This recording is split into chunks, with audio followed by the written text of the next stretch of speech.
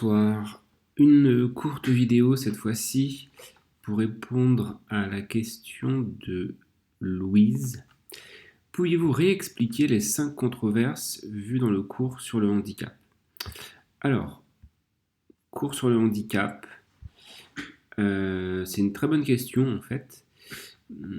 Alors, les deux questions que vous aurez à traiter dans le cours sur le handicap, c'est plutôt des questions de cours, d'argumentation complètement liées à certaines parties du cours, et moins des questions de démonstration, comme il y en aura une pour la partie 2 sur les politiques économiques dans la zone euro.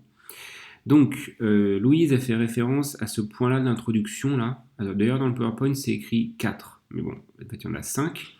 Et en fait, ce que j'ai voulu faire dans cette introduction en pointant des controverses politiques, c'est-à-dire des dilemmes, des choix que les politiques publiques doivent faire par rapport au handicap, c'est donner un petit peu des fils conducteurs. Sinon, on fait un cours sur le handicap et puis en fait c'est très segmenté, c'est très technique, beaucoup de cycles, beaucoup de dispositifs et c'est pas facile de problématiser ça en fait.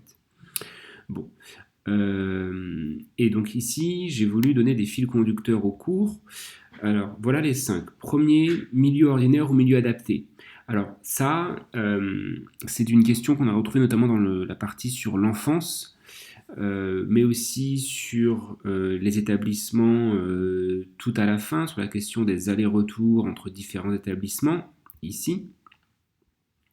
Milieu ordinaire, milieu adapté, c'est la question du contexte, on va dire, du contexte social, du contexte humain, dans lequel on va estimer que l'accession à l'autonomie, l'émancipation d'une personne handicapée va pouvoir être le mieux prise en charge. D'accord ? Et on est passé progressivement d'un paradigme du milieu adapté, où même les associations demandaient plus de moyens pour des établissements spécialisés, avec une prise en charge spécialisée, il y a 30 ou 40 ans, à un paradigme, si vous voulez, un effort ou une préférence pour l'inclusion dans le milieu ordinaire, avec des classes ordinaires ou des salariés ordinaires, des entreprises ordinaires, etc. Et donc les dispositifs du handicap naviguent en fait entre ces deux paradigmes et aucun n'est préférable enfin, ce que je veux dire, c'est que le paradigme dominant, c'est le milieu ordinaire. D'accord ? C'est-à-dire qu'on fait tout pour maintenir la personne en situation de handicap dans un milieu ordinaire en essayant d'adapter sur mesure pour sa situation le soutien, mais pour la laisser dans le milieu ordinaire, que ce soit un enfant dans une classe au collège ou un salarié ou autre. D'accord ? Et on voit que le dernier recours, lorsque la prise en charge n'est pas possible, c'est le milieu adapté. Mais en fait, donc ça c'est la théorie, et dans la pratique, il y a des questions de moyens, c'est-à-dire que parfois il y a des gens qui devraient être en milieu adapté mais qui n'y sont pas, c'est pas par choix philosophique, c'est parce qu'il n'y a pas de moyens. La question aussi des préférences individuelles, un même enfant ou un même salarié ou une même personne en situation de trisomie 21 par exemple, va plus ou moins préférer le milieu ordinaire par rapport au milieu adapté, l'établissement avec des gens comme moi, ou au contraire être mal à l'aise, être stigmatisé par le fait d'être réunis, enfermés avec des gens qui en fait n'ont pas exactement le même handicap que moi. Vous voyez ? Donc selon la situation, selon les moyens, selon les départements, selon les contextes, eh bien le choix du milieu ordinaire ou adapté, il est plus ou moins contraint. Voilà, et ça c'est une problématique qu'on retrouve partout. Ensuite, le statut du conjoint et des aidants familiaux. Bon, on a retrouvé ça également pour les enfants, mais également dans le lien que peuvent garder les familles avec les adultes placés dans des établissements. On a retrouvé cette question dans l'intervention à domicile, qui aide la personne à rester à domicile, du coup qui touche les aides, la PCH, qui touche les aides prennent en charge les dispositifs matériels, humains, l'aide pour se déplacer, se laver, manger. Voilà, est-ce que ce sont des professionnels ou est-ce que c'est des proches, la famille? Bon. Et là, c'est pareil, il n'y a pas, comment dire, il y a une préférence philosophique, politique pour un milieu professionnel qui intervient en soutien des personnes handicapées. Mais il y a de bonnes raisons parfois pour, au contraire, aider les aidants.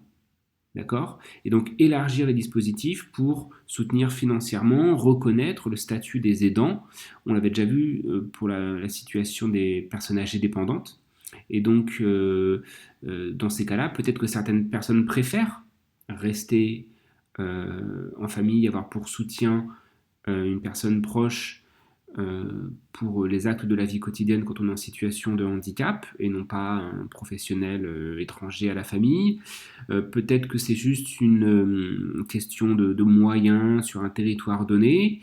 Euh, Peut-être que c'est une situation qui est préférée par la personne handicapée mais pas par son entourage ou l'inversement ou inversement.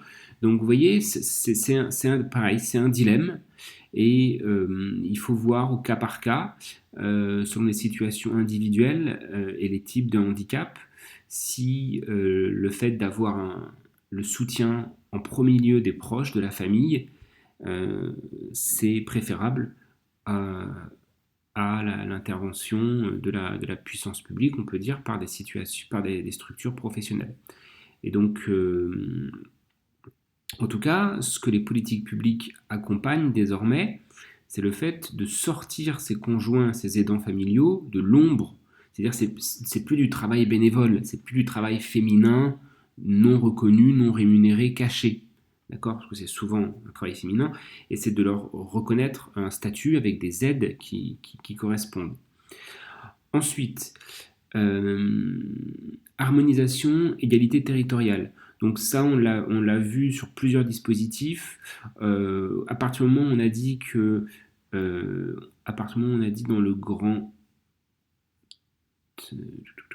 1, voilà, sur le portage institutionnel, que les pilotes, les financeurs, les architectes de la politique du handicap, c'était le conseil départemental, eh bien on a pointé le risque en fait d'un éclatement territorial où chaque département a ses politiques, ses préférences, ses budgets, ses moyens, sa vision de tel ou tel handicap. Donc voilà, il y a des structures d'harmonisation, hein, notamment la CNSA, mais il y a des risques que on ne soit pas pris en charge avec la même qualité, qu'il n'y ait pas les mêmes places d'un département à l'autre. Donc il y a une rupture de l'égalité territoriale. Quel résultat de ces politiques?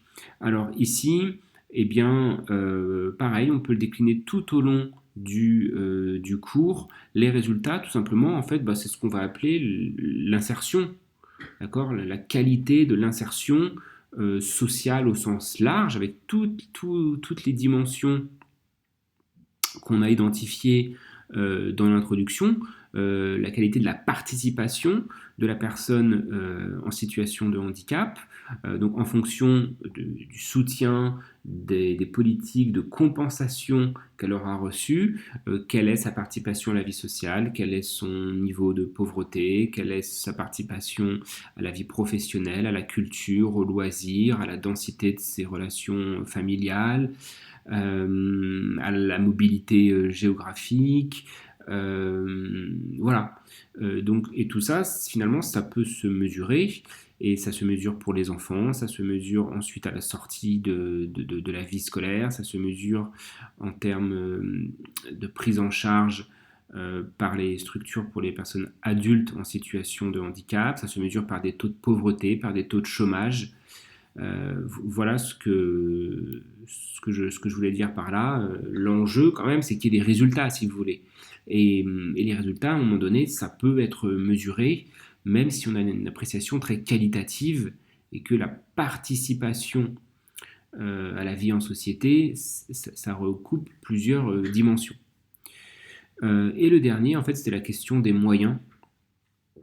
donc qui recoupe un petit peu d'ailleurs la deuxième, c'est-à-dire dans un cadre financier contraint, on a essayé d'identifier où vont les priorités des politiques publiques. Par exemple, la question des AESH, des accompagnants pardon, pour les enfants en situation de handicap dans le milieu scolaire. Quelle amélioration, quel personnel, comment ils sont rémunérés, comment ils sont reconnus. Est-ce qu'à un moment donné, on soulève des nouvelles problématiques, par exemple tout ce qui a touché à l'autisme et quels moyens on accorde, comment sont reconnus et comment sont attribués ces moyens. Donc ici, je renvoie par exemple au document qu'on a étudié sur la logique de création de places, comment des places sont autorisées, comment elles sont financées. Euh, voilà, la question des moyens publics. Et pourquoi je dis que ça recoupe la question, le dilemme numéro 2, c'est que on peut se demander si le fait d'aider les aidants et de privatiser comme ça le soutien aux personnes handicapées auprès de la famille, de proches, et ben c'est une façon pour la puissance publique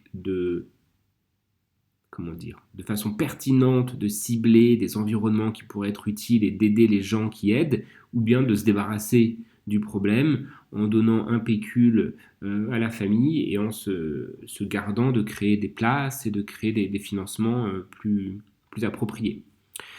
Voilà, Louise, j'espère que j'ai répondu à ta question.